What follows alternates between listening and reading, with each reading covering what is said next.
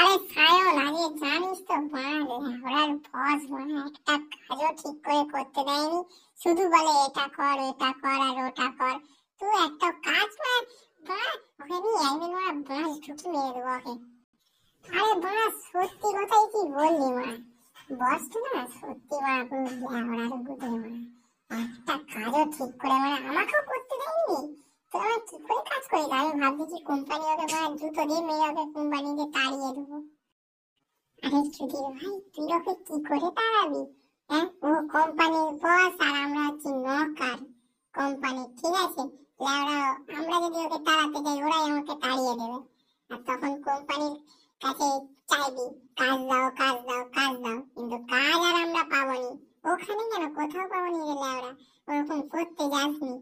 ঠিকই বলেছিস রে রবে, আর এরকম আর করা যাবে না বুঝলি। বা কালকে কাজটা একবার দেখে গেছি কোম্পানিতে গিয়ে বস কি বলে।